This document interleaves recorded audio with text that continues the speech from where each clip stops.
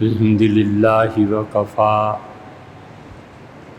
وسلام علی عبادہ الذین اصطفیٰ اما بعد۔ اللہ تعالی نے انسان کو خود اپنے لیے جن چیزوں کی طلب کا حکم دیا وہ سب سے بڑی چیز ہدایت ہے۔ آپ اگر قرآن کریم کے پہلے صفحے کو دیکھیں اور تورات بائبل کے پہلے صفحے کو دیکھیں تو دونوں میں فرق بہت نمایاں نظر آئے گا کہ آدمی جب خدا کی کتاب کو پڑھتا ہے اور ہر نماز میں اللہ نے کہا کہ مجھ سے یہ دعا مانگو کہ اہدنا الصراط المستقیم،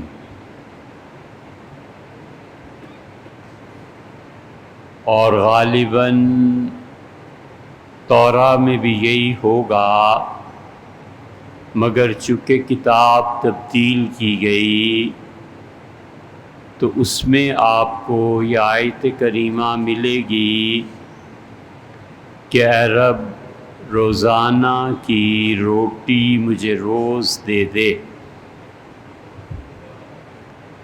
فرق پڑ جاتا ہے کہ آدمی نے ہدایت طلب کی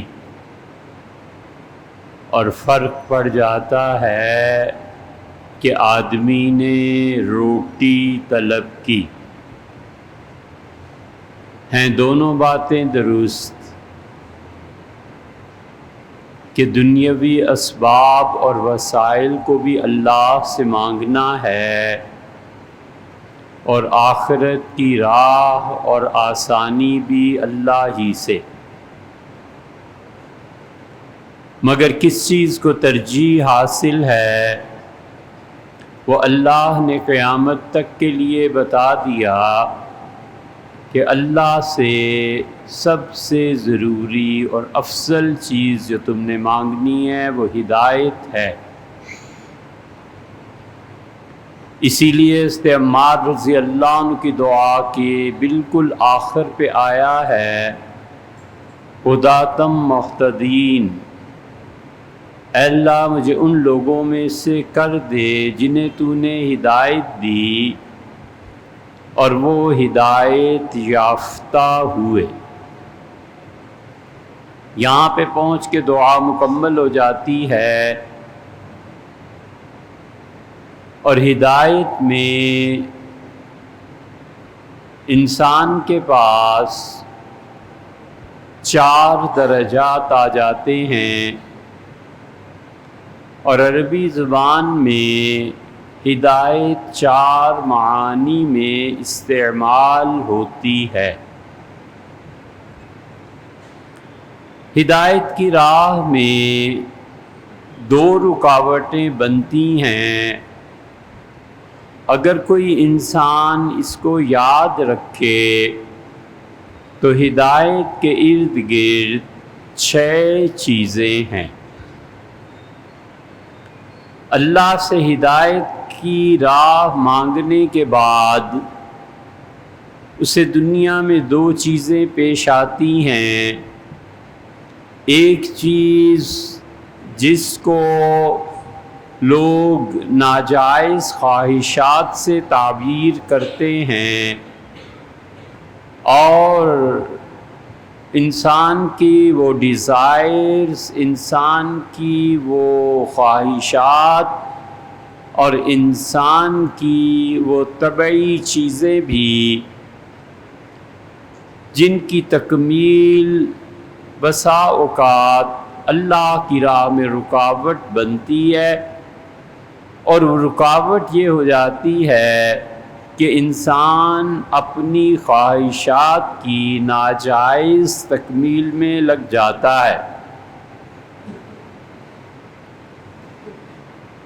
دنیا میں سب سے زیادہ انسان کو برباد کر دینے والی چیز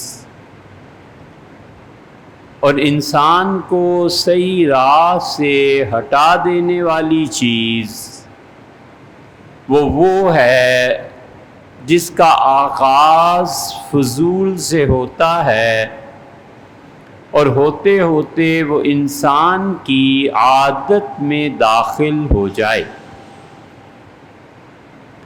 اس سے زیادہ بدتر چیز انسانی شخصیت کو تباہ کرنے کے لیے کوئی نہیں کہ وہ آغاز میں ایک چیز کو چھوٹا سمجھ کے استعمال کرتا ہے اور اسے اگر آنکھ نہ کھلے تو موت تک وہ چیز اپنے دائرے سے نہیں نکلنے دیتی۔ آپ نے نام سنا ہوگا آکاش بیل کا، اور آکاش بیل کو بخوبی آپ ہر جگہ دیکھ سکتے ہیں، اور اس آکاش بیل کی ہندو لوگ پوجا کرتے ہیں، اور آکاش بیل کو وہ خدا مانتے ہیں کہ اس آکاش بیل میں نہ تو کوئی جڑ ہوتی ہے، نہ اس آکاش بیل میں کوئی چیز کوئی تنا ہوتا ہے، اور نہ انسان اس کا اندازہ کر پاتا ہے کہ یہ آکاش بیل پیدا کہاں سے ہوئی۔ آپ نے درخت پہ دیکھا ہوگا پیلے رنگ کا ایک دھاگا سا لپٹ جاتا ہے، اسے ہی آکاش بیل کہتے ہیں۔ اس کے دونوں سروں کا مشاہدہ کریں تو کچھ نہیں، نہ اس کا تنا، نہ اس کی جڑ، نہ اس کا کوئی مخرج، اور آخر کو دیکھیں تو بڑھتی چلی جا رہی ہے، کچھ پتہ نہیں۔ یہ آکاش بیل جس درخت کو لگ جائے اور سستی کرے اتارنے والا تو اس کے نتیجے میں پورا درخت ختم ہو جاتا ہے، برباد ہو جاتا ہے۔ یہ آکاش بیل اسے چوس لیتی ہے۔ بالکل ٹھیک اسی طرح انسان ایک فضول کام کو شروع ہوتا ہے اور آہستہ آہستہ آہستہ آہستہ وہ فضول کام جو اس سے چمٹتا ہے، ہوش اس وقت آتی ہے جب وہ اپنی ساری زندگی برباد کر دیتا ہے۔ اور اس کی بہت آسان مثال یہ موبائل فون اور واٹس ایپ اور یہ چیزیں ہیں آج کے دور۔ بچہ اسے شروع کرتا ہے، ایک چیز دیکھ لوں، پھر دوسری دیکھ لوں، پھر تیسری دیکھ لوں، اور دیکھتے ہی دیکھتے 2 گھنٹے 4 گھنٹے، اور حتیٰ کہ یہ چیز ضرورت کی بجائے اس کی عادت بن جاتی ہے، اور جب عادت بن جاتی ہے تو اس کے بغیر وہ نہیں رہ سکتا۔ ہر آدمی جو کسی بھی فضول چیز کو اپنی شخصیت میں اتنی جگہ دے دیتا ہے کہ اس کی عادت بن جائے تو یہ عادت اس کی جڑ اکھیڑ دے۔ 10 منٹ کے لیے واٹس ایپ نہ آئے، پریشان ہو جاتا ہے کہ یہ کیا ہو گیا ہے، زندگی گویا اجیرن ہو گئی اور ادھوری رہ گئی۔ اور کچھ ہو، نماز ہو، کسی کی تیمارداری کرنی ہے وہ ہو، شادی بیاہ ہو، کچھ ہو، اس سے وقت نکال کر ضرور مارکیٹ جانا ہے کہ میرا موبائل ٹھیک کر دیجئے، واٹس ایپ نہیں چل رہا۔ اس سے کوئی پوچھے کہ تم نے کرنا کیا ہے یار، آدھ گھنٹے بعد چلے جانا، اگلے دن چلے جانا۔ وہ اتنا شخصیت میں پیوست ہو جاتا ہے کہ اس کے بغیر اسے نیند تک نہیں آتی۔ یہ ہے انسان کی تباہیوں میں سے ایک چیز۔ تو وہ آکاش بیل جو کسی درخت پہ چڑھ جاتی ہے، وہ آکاش بیل ہمارے زمانے میں اب یہ ہو گیا ہے۔ تو کوئی بھی بے فائدہ چیز جب انسان کی ضرورت سے بڑھ کر اس کی عادت میں داخل ہو جائے تو پھر یہی حال ہوا کرتا۔ یہ ہماری خود آنکھوں کی دیکھی ہوئی تہذیب ہے۔ اشارہ کر دیں آپ انشاءاللہ سمجھ سکیں گے۔ آج سے 60 سال پہلے، 70 سال پہلے گاؤں میں، دیہات میں، بڑے لوگوں میں، نوابوں میں، عام زمینداروں میں وہ اپنی چارپائی اپنی بیوی سے الگ کر کے کہیں رکھتا تھا، سوتا تھا، چاہے وہ کھیتوں میں سوئے اور چاہے اپنے کمرے میں جا کر، چاہے دالان میں اور چاہے صحن میں. لیکن یہ ڈبل بیڈ کا جو اب تصور ہے یہ اس وقت نہیں ہوا کرتا تھا. اس لیے لوگوں کے زوال میں سے ایک چیز یہ بھی ہے کہ انہوں نے اس چیز کو بطور عادت اپنی شخصیت میں شامل کر لیا. اس سے ہدایت کی راہ میں ایک تو خواہشات ہیں جو انسان کو اصل راستے سے ہٹا دیتی ہیں، اور ایک شبہات، اور یہ شبہات اصل اللہ کے راستے میں تکلیف دہ اور رکاوٹ کی چیز ہے. شہوات میں پڑ جائے اس کا کوئی نہ کوئی علاج ہے، اور شبہات میں پڑ جائے اس کا علاج بڑی مشکل سے ہوتا ہے. اس لیے اللہ سے ہدایت مانگنے کا مطلب یہ ہے کہ اللہ یہ دو رکاوٹیں مجھے تجھ تک پہنچنے نہیں دیتی، تیری معرفت حاصل کرنے نہیں دیتی. اے رب مجھے وہ خواہشات جو فضول اور بیکار کی ہیں ان سے بچا، اپنی راہ دے دے. اور یہی بات وہ دوبارہ اس لیے کہتا ہے کہ اللہ جو شبہ ہے ان شبہات کو دور فرما دے. بچہ اگر بنیادی طور پر یہ جان لے کہ تمام انبیاء علیہ السلام نے جتنے عقیدے بھی دنیا کو دیے ہیں اور اللہ نے جتنے لوگوں کو بھی ہدایت کی راہ پھیلانے اور بتانے کے لیے دنیا میں بھیجا ہے، انہوں نے ہمیشہ اس کے 3 حصے کیے. اور جب آدمی تیسرے حصے کو نہیں سمجھ پاتا تو شبہات پیدا ہوتے ہیں، گمراہی پیدا ہوتی ہے، اور سب سے زیادہ کٹھن مرحلہ یہی ہوتا ہے. ایک تو سیدھی سادی بات جو انبیاء علیہ السلام نے اور آخری مرتبہ حضرت رسالت مآب صلی اللہ علیہ وسلم نے بالکل واضح طور پر بیان کر دی، وہ اللہ کی ذات اور صفات ہیں. عقیدے کی یہ پہلی قسم ہے کہ ہدایت اللہ کی ذات اور صفات کو سمجھنے کی کوشش کرنا ہے. یہ ساری کائنات اللہ کی صفات کے ساتھ چل رہی ہے. اس کائنات میں ہر طرف اللہ کی صفات کا غلبہ ہے. ایک چیز خوبصورت نظر آتی ہے تو وہ حسن اللہ کا پیدا کیا ہوا ہے.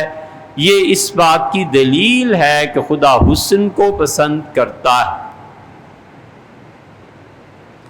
پہاڑ دیکھتا ہے اور سمندر دیکھتا ہے تو اللہ کی صفت قدرت پر نظر جاتی ہے کہ کیا ہی قادر اور قدیر اور مقتدر وہ ذات ہے جس ذات نے پہاڑوں کو پیدا فرمایا، جس نے سمندر کا پھیلاؤ اور گہرائی رکھی، اور جس پروردگار نے پانی کا پروسیس ایسا کیا کہ پانی سارے کا سارا اڑ سکتا تھا لیکن اس میں نمک ملا دیا تاکہ وہ بیسٹ پریزرور کے طور پر رہے، اور پھر سورج بنا دیا کہ یہاں سے وہ بیسٹ پریزرور جو تھا نمک، اس کو کون نمکین پانی کو استعمال کرے.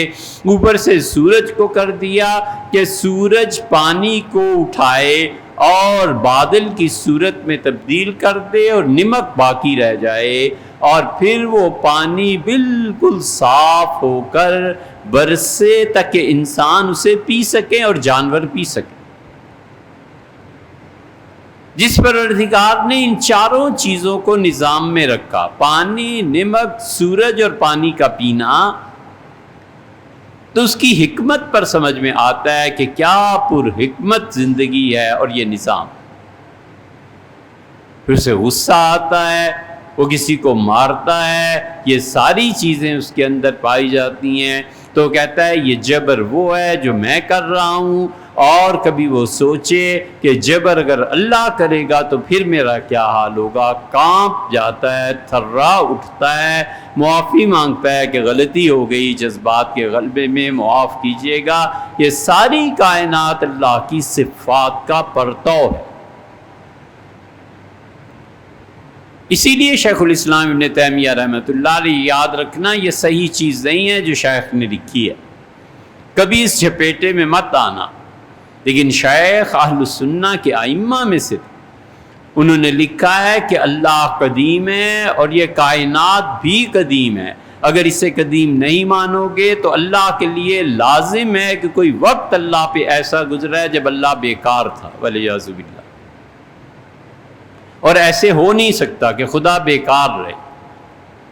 لیکن یہ بات حقیقت نہیں ہے، صرف اللہ ہی کی ذات ہے جو شروع سے تھی، ہمیشہ سے اور ہمیشہ رہے گی، حتیٰ کہ ٹائم کو اس نے پیدا کیا، اور جب وہ چاہے ٹائم کو سکیڑ لیتا ہے، جب وہ چاہے ٹائم کو فری کر دیتا ہے، اور جب وہ چاہے مکان کو، اسپیس کو کھینچ کے کم کر دیتا ہے، اور جب وہ چاہتا ہے اس اسپیس کو بڑھا دیتا ہے۔ زمان و مکان، ٹائم اینڈ اسپیس، یہ اس کے قبضے میں ہے، اور یہ اب بھی ہوتا ہے کہ اللہ ٹائم کو سمیٹ لے اور اللہ ٹائم کو بڑھا دے۔ فزکس کا یہ جو مشہور مسئلہ ہے اور جس میں بڑے بڑے ائمہ نے زندگیاں گزار دیں، کیا مسلمان اور کیا غیر مسلم، وہ سب کے سب اس میں اپنی اپنی تصنیفات میں لگے رہے، مگر آخر پہ پہنچ کے یہی نتیجہ نکلتا ہے جس کو رسول اللہ صلی اللہ علیہ وسلم نے فرما دیا تھا، اور مختلف احادیث میں آ گیا کہ ٹائم اور اسپیس اپنی لمٹس نہیں رکھتی، لمٹس سے باہر بھی چلی جاتی ہیں اور سمٹ کے اندر بھی آ جاتی ہیں۔ اس لیے جن لوگوں نے فزکس نہیں پڑھی وہ اس کا احاطہ بھی نہیں کر سکتے، سمجھ بھی نہیں سکتے۔ اس لیے اللہ کی صفات ہیں اور ہم سب اللہ کی صفات کے غلام ہیں۔ بندہ اس سے ترقی کرے اور اللہ کی صفات سے نکل کے اللہ کی ذات تک پہنچ جائے، یہ بہت بڑی چیز ہے۔ یہ معرفت خداوندی کی آخری حد ہے، اس کے بعد کوئی چیز نہیں ہے۔ اولیاء کرام جس چیز کی دعوت دیتے ہیں وہ کہتے ہیں کہ صفات سے نکلو، باری تعالیٰ کے ایمان اس پہ رکھو، اس کا مشاہدہ کرو، لیکن حقیقی ایمان تک پہنچنا ہے تو صفات سے ماورا جو اللہ کی ذات، ماورا اس معنی میں نہیں جو علم کلام والے استعمال کرتے ہیں، اللہ کی صفات سے نکل کے اللہ کی ذات تک پہنچے تو حقیقی ایمان کا ذائقہ چکھتا ہے۔ جب تک رزق ملتا رہا اللہ تو میرا رب ہے، جب تک اولاد کا سلسلہ رہا اے پروردگار شکر ہے تیرا تو دینے والا، جب تک انعامات باری تعالی رہے تب تک وہ بندہ ہی بنا ہوا ہے، اور جب اس سے بھی اوپر اٹھے اور مصائب اور تکالیف اور امتحانات اور ناگوار چیزوں کا پیش آنا، یہ سب کچھ دونوں برابر ہو جائیں تب وہ ذات باری تعالی پر ایمان رکھتا ہے۔ اللہ نے کہا فَمَا لِهَٰؤُلَاءِ الْقَوْمِ لَا يَكَادُونَ يَفْقَهُونَ حَدِيثًا، اتنی چھوٹی سی بات افسوس کہ لوگ نہ سمجھ سکے کہ کل من عند اللہ، آپ انہیں سمجھائیے کہ ہر چیز رب کی طرف سے ہے۔ صفات پر نظر رکھو گے تو اللہ کی صفات کو تم عبادت، تم اطاعت کر رہے ہو، ذات پر جب نظر پہنچے گی نا تو تمہارے لیے خوشی اور غم، ہونا نہ ہونا سب برابر ہو جاتے ہیں۔ کل من عند اللہ، کہو کہ ہر چیز اللہ کی طرف سے ہے، مصیبت ہے تو صبر کرنا ہے، خوشی ہے تو شکر ادا کرنا ہے، لیکن دونوں چیزوں کا منتہا خود اللہ کی ذات ہے۔ اس لیے عقیدے کے سلسلے میں اللہ کی ذات اور صفات پہلی چیز ہے جو ہمیں بتاؤنی چاہیے، اور انبیاء علیہ السلام اس کی دعوت دیتے ہیں۔ یہاں پہنچ کے فرق پڑتا ہے ہمارے میں اور یہودیوں کے عقیدے میں. ان کے نزدیک اللہ کی ذات ہے اور ایک ہے. یہودی مانتے ہیں خدا کی توحید اور وہ کہتے ہیں صفات کچھ نہیں ہے. ہم کہتے ہیں اللہ کی ذات ہے اور اس کی صفات بھی ہیں. اس سے قرآن کریم کی اکثر آیات کے آخر پہ تم دیکھو نا اللہ کا کوئی نہ کوئی نام آتا ہے. وَهُوَ الْحَلِيمُ الْحَكِيمُ، ان ربی غنی کریم وغیرہ وغیرہ. جتنی صفات میں آتی ہیں وہ یہودیوں کے بھی رد میں ہے کہ جو تم صفات خداوندی کو نہیں مانتے تمہیں ماننا ہے. اور دوسری چیز عقیدے کے باب میں وہ نبوات ہیں. ہر نبی اپنے لیے دعوت دیتا ہے کہ مجھ پہ ایمان لا. حضرت رسالت مآب صلی اللہ علیہ وسلم پر لازم اور فرض تھا کہ وہ اپنے آپ کو نبی مانتے کہتے اور انہوں نے کیا. اسی لیے نبی پر بھی یہ فرض ہوتا ہے کہ وہ اپنے پر درود بھیجے اور سلام بھیجے، اس لیے کہ اللہ نے حکم دیا.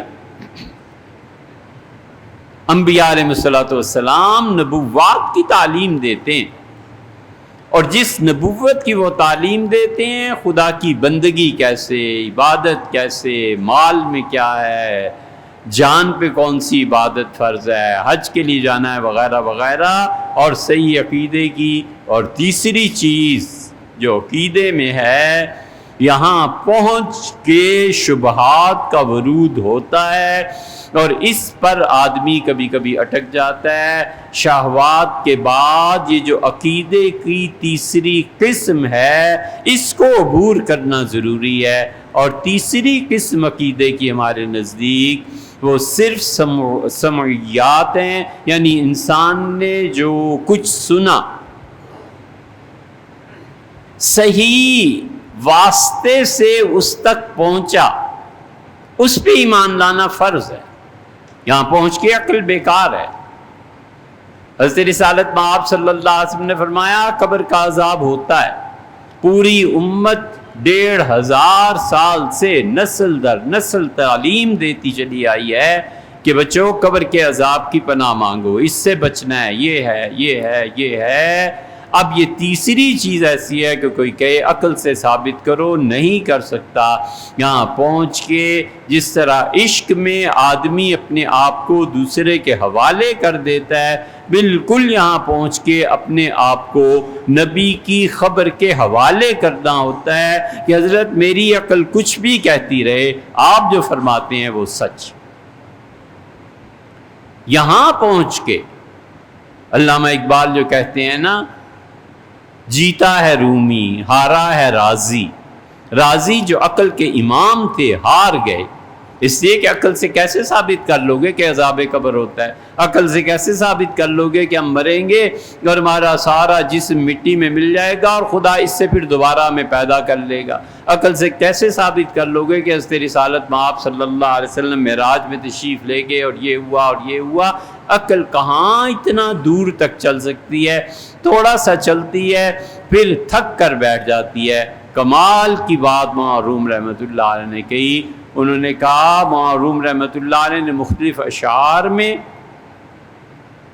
اور علامہ اقبال نے بھی اسی کو کہا. انہوں نے کہا کہ بو علی در غبار ناقہ گم کرد، بو علی سینا عقل کو ٹیک ٹیک کے چل رہا تھا اور عقیدے کی، محبت کی، عشق کی سواری جا رہی تھی. اس محبت کی سواری میں جو گرد اٹھ رہی تھی، بو علی سینا چاہتا تھا کہ لیلا تک پہنچے مگر ٹیک ٹیک کے عقل کے سہارے بڑھ رہا تھا. دست مجنوں محمل لیلا گرفت، مجنوں اٹھا اور عشق میں جو ایک جست اس نے لگائی، ایک چھلانگ لگائی اور ہاتھ جا کر جو لیلا تھی اس جس چیز میں بیٹھی ہوئی تھی اس تک جا پہنچا. رومی جیت گیا اور ابو علی سینا اور رازی ہار گئے. یہ تیسری قسم ہے. یہاں پہنچ کے انسان ہدایت کو جو حاصل کرتا ہے وہ نبوت پر بھرپور یقین ہے.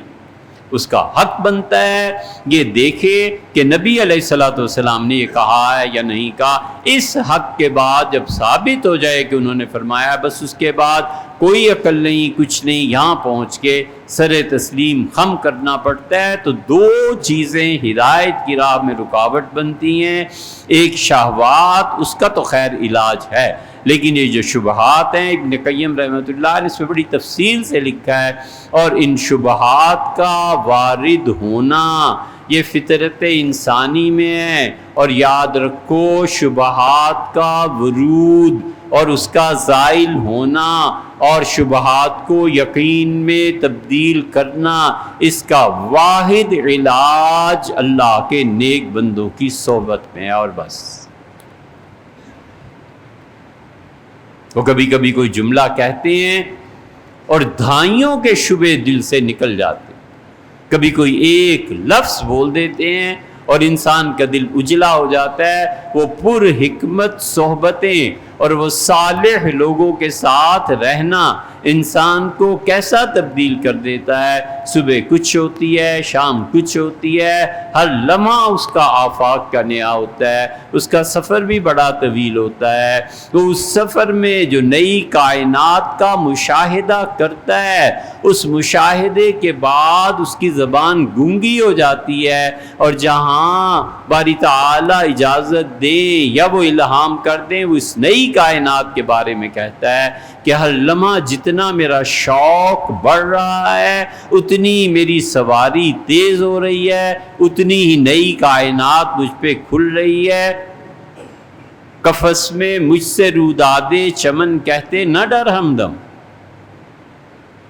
قفس میں مجھ سے رودادے چمن کہتے نہ ڈر ہمدم، گری تھی جس پہ کل بجلی وہ میرا آشیاں کیوں۔ وہ کہتا ہے کل جس پہ بجلی گری ہے نا، توبہ استغفار میں اس مقام پہ تھا، دفع کرو اس کو، میں تو کسی اور کائنات میں پہنچ گیا ہوں۔ اس لیے اللہ نے جن لوگوں کو گمراہی پر چھوڑ دینا ہوتا ہے، اس کی ایک صورت یہ بھی ہوتی ہے کہ وہ صحبت صالح میں رہے اور پھر صحبت صالح سے دور ہو گئے، یہ گمراہی کا باب کھل گیا۔ اب باب کھلے گا شبہات کا، اور شبہات کا رد کرنا یہ 1000 گنا زیادہ مصیبت ہے بنسبت اس دنیا کے جہاں شہوات اور نفسانی خواہشات۔ یہ جو آپ روز پڑھتے ہیں اہدنا الصراط المستقیم، 4 طرح کی ہدایتیں ہوتی ہیں۔ اللہ نے فطرت میں ہدایت رکھی ہے، اور ہدایت کا دوسرا درجہ آتا ہے جب انسان دعوت میں چلتا ہے، اور انبیاء علیہ السلام جو بیان کرتے ہیں وہ جانتا اور سمجھتا ہے، اسے مانتا ہے۔ اور ہدایت کا تیسرا درجہ اسی ہدایت میں مزید اضافہ ہے، حتیٰ کہ اس مقام تک پہنچے جس کے متعلق خود اللہ کہتا ہے کہ اس قاموں جب وہ کھڑے ہو گئے فقالوا ربنا رب السماوات والارض، اور انہوں نے کہا ہمارا پروردگار نفع اور نقصان کا مالک وہی ہے جو آسمانوں اور زمینوں کا پروردگار ہے، اور ہم ہرگز اس عقیدے سے پیچھے نہیں ہٹیں۔ بادشاہ نے بلایا، انہم فتیۃ آمنوا بربہم، یہ کچھ لڑکے تھے اللہ پر ایمان لے آئے تھے، وزدناہم ہدی، اور ہم نے ہدایت میں اضافہ کیا، دوسرے درجے سے تیسرے درجے میں لے گئے، اور تیسرے درجے سے چوتھے درجے میں لے گئے۔ اس کاموں جب وہ کھڑے ہوئے خدا کے دین کے لیے اور بادشاہ نے ظلم کیا اور بلا لیا، اللہ فرماتے ہیں فربطنا علی قلوبہم، ہم نے ان کے دل اپنے ہاتھ میں لے لی۔ جن لوگوں کے دل اللہ ہاتھ میں لے لینا، پھر وہ کبھی بھی گمراہی کی طرف نہیں جاتے۔ حضور اقدس صلی اللہ علیہ وسلم نے فرمایا قلوب الناس بین اصابع الرحمن، لوگوں تم سب کے دل اللہ کی 2 انگلیوں کے درمیان ہیں، یقلبہم کیف یشاء، 2 انگلیوں میں اللہ لوگوں کے کل کائنات کے دلوں کو پھیرتا رہتا ہے۔ اور پھر عرض کیا کہ یا مقلب القلوب، اے دلوں کو پھیر دینے والے، اے دو انگلیوں کے، اپنی انگلیوں کے درمیان دلوں کو رکھنے والے، ثبت قلبی علی دینک، میرے دل کو ہمیشہ اپنے دین پہ قائم کر دے۔ اللہ کا اور بندے کا تعلق آپ کہتے ہیں کہ دو انگلیوں میں، اور آپ سنتے ہیں کہ ایسے اور ایسے۔ اللہ اور بندے کا تعلق اتنا لطیف ہے، اتنا باریک ہے، اتنا زیادہ انسان کے رگ و ریشے میں پیوست ہے کہ وہ خود قرآن میں کہتا ہے وَاعْلَمُوا أَنَّ اللَّهَ يَحُولُ بَيْنَ الْمَرْءِ وَقَلْبِهِ، یاد رکھو ہم انسان اور اس کے دل کے ارادے کے درمیان آ کر کبھی کبھی بیٹھ جایا کرتے۔ اللہ تو اتنا قریب، گھر سے نکلا، اچھا خاصا ارادہ تھا نماز پڑھنے کا، مسجد جانے کا، وضو کر لیا، ٹائم دیکھ لیا، اور کال آ گئی، کچھ ہو گیا۔ اس ظالم کو اللہ چاہتا ہی نہیں کہ میری مسجد میں آ کر نماز پڑھے، چھٹی ہوئی۔ وَاعْلَمُوا أَنَّ اللَّهَ يَحُولُ بَيْنَ الْمَرْءِ وَقَلْبِهِ، یاد رکھو لوگوں، ہم انسان کے اور اس کے دل کے ارادے کے درمیان آ جاتے ہیں، نئی نیکی کا کام کرنے دیں گے۔ کَرِهَ اللَّهُ بِعَاصَهُمْ، مجھے نفرت ہے ان ظالموں سے، کیوں میرے دین کا کام یہ کریں۔ وَاعْلَمُوا أَنَّ اللَّهَ يَحُولُ بَيْنَ الْمَرْءِ وَقَلْبِهِ، لوگوں یاد رکھو میں انسان اور اس کے دل کے پختہ عزم کے درمیان آ جاتا ہوں۔ پورا تھا کہ گناہ کرنا ہی کرنا ہے، صحیح فٹ اور تیار ہو کے نکلا، اور ایسی شدید بارش شروع ہو گئی، نہیں جا سکا، گاڑی پنکچر ہو گئی، نہیں جا سکا۔ خود خدا ہی کو مطلوب نہیں تھا کہ مت کرو، تمہیں یہ کام ہم نہیں کرنے دیں گے، تم تو ہمارے اچھے بندے ہو، تم کدھر جا رہے ہو، ہم نے تمہیں کچھ اور کرنا ہے، تم عجیب انسان ہو، تم تلوار لے کے نکل رہے ہو کہ محمد صلی اللہ علیہ وسلم کو شہید کرنا ہے، عجیب بات ہے، ہم نے تو تمہیں دوسرا خلیفہ بنانا ہے، بھئی تم کدھر جا رہے ہو۔ وَاعْلَمُوا أَنَّ اللَّهَ يَحُولُ بَيْنَ الْمَرْءِ وَقَلْبِهِ، یاد رکھو لوگوں، ہم انسان اور اس کے دل کے ارادے کے درمیان آ جاتے ہیں، نہیں کرنے دیتے، اتنا قرب ہے۔ اس لیے جب وہ کسی شخص کے دل کو اپنی دو انگلیوں میں لا کر پکڑ لیتا ہے، پھر دنیا کا کوئی شبہ اس سے پروردگار عالم سے ہٹا نہیں سکتا اسے۔ اللہ، آئندہ انشاءاللہ اس ہدایت کی بات اور کریں گے، لیکن یہ یاد رکھنا، اللہ جب کسی کے دل کو پکڑ لے، کائنات کی کوئی طاقت اللہ کے قبضے سے اس دل کو چھڑا نہیں سکتی۔ اور بسا اوقات قرب خداوندی اتنا بڑھ جاتا ہے کہ آخری وقت میں خدا خود اپنے بندے کی روح اور جسم کو اپنے ہاتھ سے جدا کرتا ہے، فرشتوں کو بھی درمیان سے نکال دیتا ہے کہ ہمیں تو اتنا پیارا لگتا ہے، لاؤ اپنے محبوب کو خود اپنے ساتھ ہی ملا دیں۔